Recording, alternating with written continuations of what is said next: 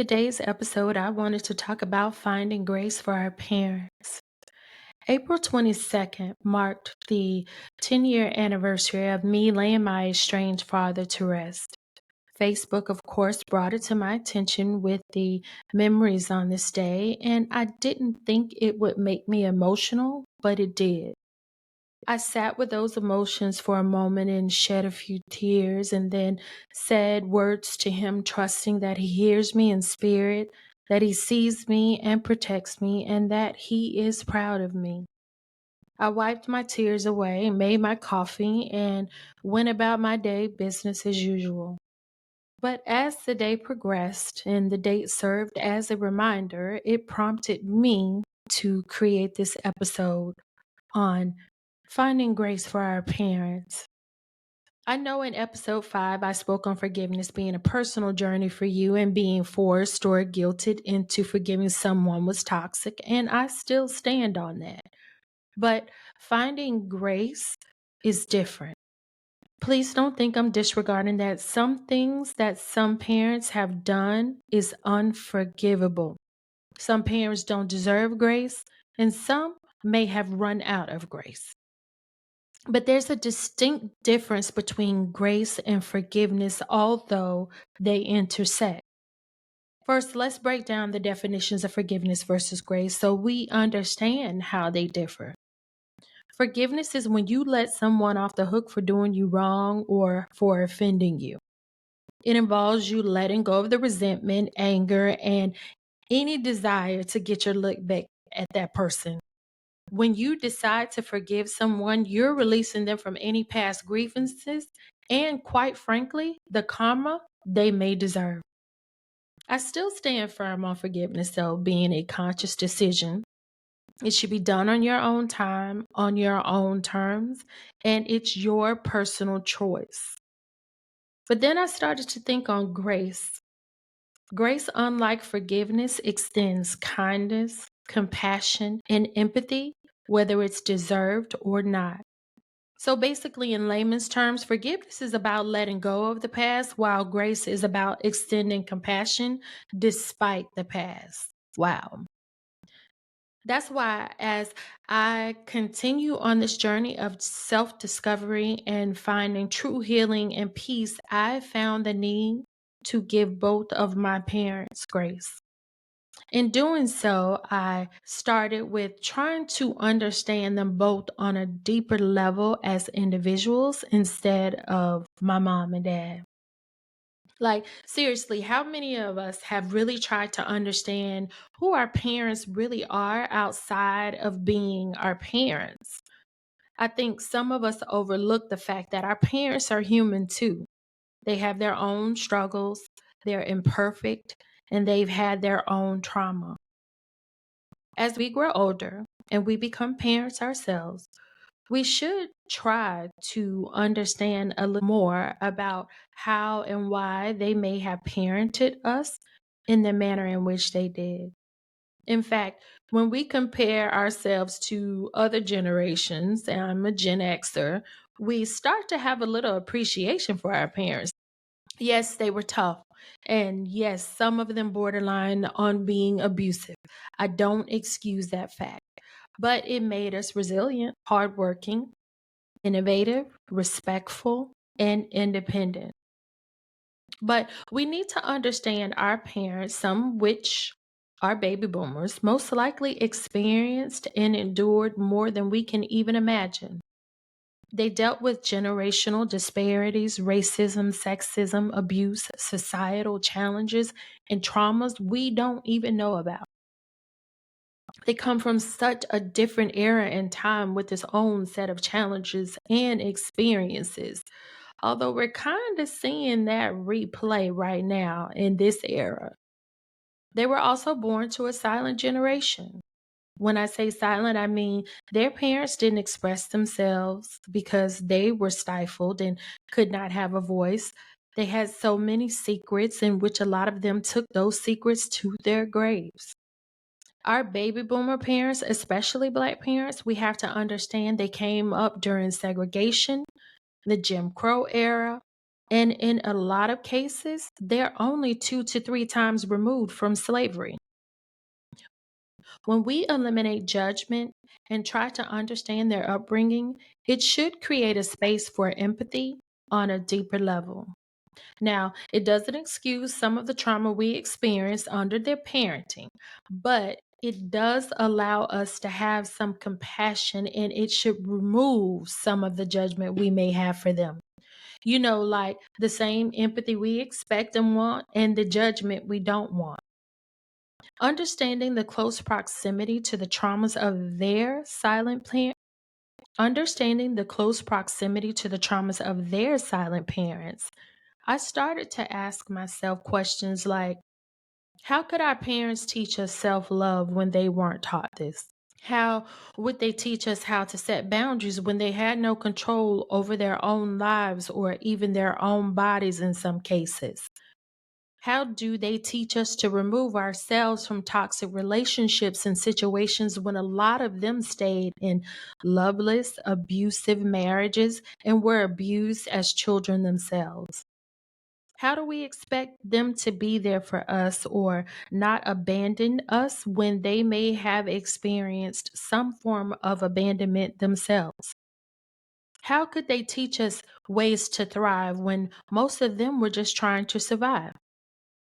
How could they show us or teach us unconditional love if some of their parents didn't show them love, or they may not have been exposed to what healthy love looks or feels like? Back to my dad, April 22nd really made me think about my dad as an individual instead of just my dad. I wondered what his childhood looked like, what kind of trauma he may have experienced as a Black boy and a Black man growing up in the South in the 1940s, and what that looked like for him. I wondered, did he grow up with both of his parents? Did he even know who his father was, or did he also experience abandonment himself? I know he wasn't very educated, so it made me wonder, was he forced to stop going to school at some point to work instead, or was he even afforded the opportunity to go to school coming up during that time? These are questions that came to mind. And although I don't know much about my dad's story or his journey, I heard that he may have been born in Georgia or Mississippi, but that's about it as it relates to his past. I wanted to know who he was as Johnny, and I regret that I won't have the opportunity to understand who he was more. But as I asked myself these questions, it made me find compassion for him and feel empathy for him, assuming his life may have been more difficult than I could ever imagine or would ever know. I also, in that moment, found forgiveness for him. Although his demons had a tremendous effect and impact on my life as it relates to the domestic violence, him not being consistently present, and his drug addiction, that changed not only his life but my life because he was in prison mentally and physically. And that took him away from me as a father. Then I started to think on the positives that I did remember, like him being an amazing singer, that he always dressed sharp, that he was a great cook, and that he had a sense of humor. And despite any of the negatives and him not being there for me the way I wanted, I still loved my dad unconditionally. But then I also realized I held him hostage. I held him hostage, expecting him to be this ideation of a father for me that I saw on TV, not considering that he may not have experienced that kind of fatherhood himself. I had hopes he would be released from prison and he would have the relationship. I had hopes he would be released from prison and we would have the relationship I always wanted with him. The day I memorialized him in 2014, I was finally able to release him and the pain of not having him present. I released him from my expectations And that's why I paid to lay him to rest, although he had been estranged for over 15 years. At his memorial, I read a letter that I had written to him, trusting he heard me in spirit. That letter was written with grace in my heart for him and wishing him a life of freedom and peace that I felt he never had. That was me showing him honor, although I was not obligated to do so for a man that, after all, had abandoned me. But that's what grace looks like. Reading that letter and memorializing my dad gave me a sense of peace and the closure that I needed.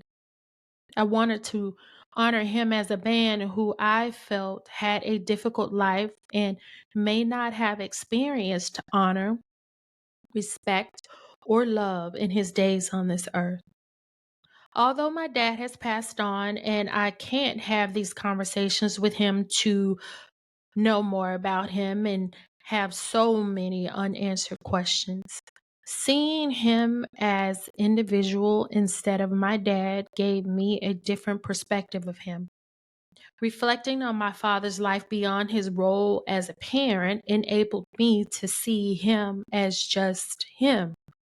It helped me to find that compassion and, again, eliminate any judgment and love for him.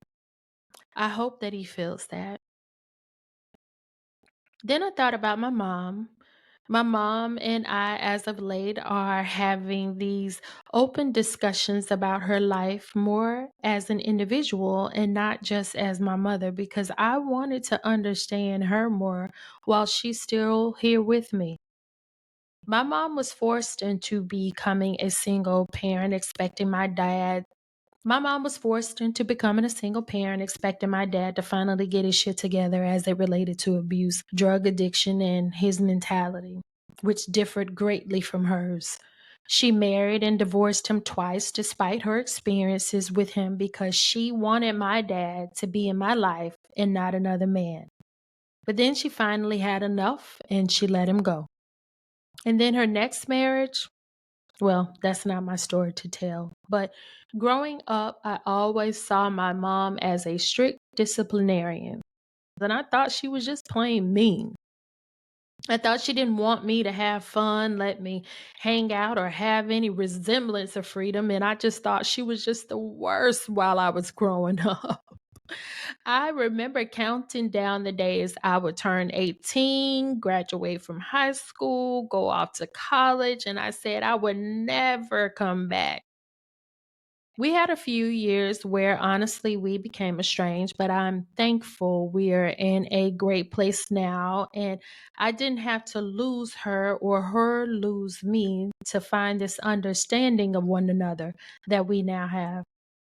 We have conversations about her upbringing, and it helps me understand her ways of thinking so much more. I have expressed respectfully, in true Gen X, we're getting therapy fashion, how harsh I felt she was while I was growing up. And she's been apologetic and empathetic, but also has said it's what she was taught and what she experienced. So of course, she would parent me the same. She experienced abuse, so that's all she knew. Wow. Here it is. I was just thinking she was being hard on me without even considering her sacrifices. For one, staying with my dad in a toxic, abusive relationship and not realizing or recognizing her actions came from a place of how she was parented herself. Of course, as a kid and sometimes as adults, we're so wrapped up in what's going on with us, we don't think about what our parents could have been going through or may have gone through. These conversations with my mom have unveiled piece of her. These conversations with my mom have unveiled pieces of her journey and have allowed me to see her as an individual, as Janice, and not just my mom. Her sharing these snippets of her life and experiences means a lot to me because most of our parents come from a generation that does not share their past pain or their traumas. Unlike us, the Gen Xers and beyond, we share everything. It's not until I got older that I had to consider and understand my mom was most likely parenting from a place of pain, from protection, and her generational trauma. It changed my perspective, allowed me to foster grace for her, and remove all judgment. I understand her so much more, and I have compassion for her. It explained that although we feel they may have been hard on us or unfair, having empathy for what they may have gone through is necessary. Now, she is a strict disciplinarian, but she made me the resilient woman that I am today. As we find grace for our parents, we need to stop focusing so much on the bad ways they parented us, but also find ways to reflect on their sacrifices. If they had to put their aspirations to the side, I know I did having a kid at 17, and think about the societal pressures they endured. Doing so not only fosters empathy, but should also foster appreciation. By recognizing they are their own individual selves before they are our parents, we create a space for understanding in our relationships with them. We also need to realize some of their actions, although not always understood or excused, shielded us from more than we may even realize, even in our own homes. We tend to think we're better parents because we allow our kids to express themselves more than we were allowed to, and we're friends with our kids, or the new thing is gentle parenting. But are we really better than our parents, though? And have we considered our parents got none of this from their parents? There was no self expression or soft parenting in their day. We get to talk to our parents about our trauma or go to therapy. But they won't because, again, they carry their pain. Not that it's a good thing. And because most of their parents are gone, they won't ever get to experience reconciliation or get an understanding. Now, don't come for me. Those of us that are on these healing journeys that we talk about so frequently, I do believe we should let our boomer parents know how we're dealing with our childhood trauma and how it has impacted our lives. But there are ways to discuss with your parents the hurt you feel they cause with respect and not judgment, or you trying to be a therapist to them yourself. We also need to be able to listen with the intent to truly understand if they're willing to speak. Giving our parents grace means embracing their imperfections and releasing the bar resentment. It's about recognizing that grace is not condoning or excusing their actions, but it frees them from their mistakes. It allows us to see them as individuals, and again, it allows us to understand them more. By extending this grace, we open the door to healing and reconciliation. We foster a deeper connection built on empathy and acceptance. Again, I'm not saying that all experiences are forgivable. But for me, I choose to find grace for Johnny and Janice as their individual selves more than as my parents.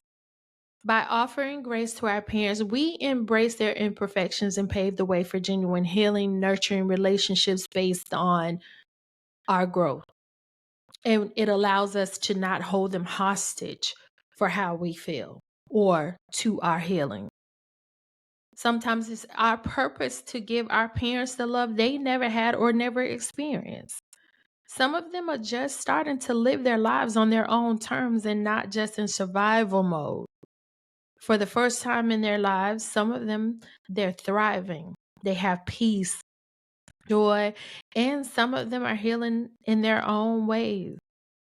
I love to see my mother happy and at peace and so much joy. My mom and I now have a great relationship based on who she is now and not who she was or who I saw her as when I was growing up.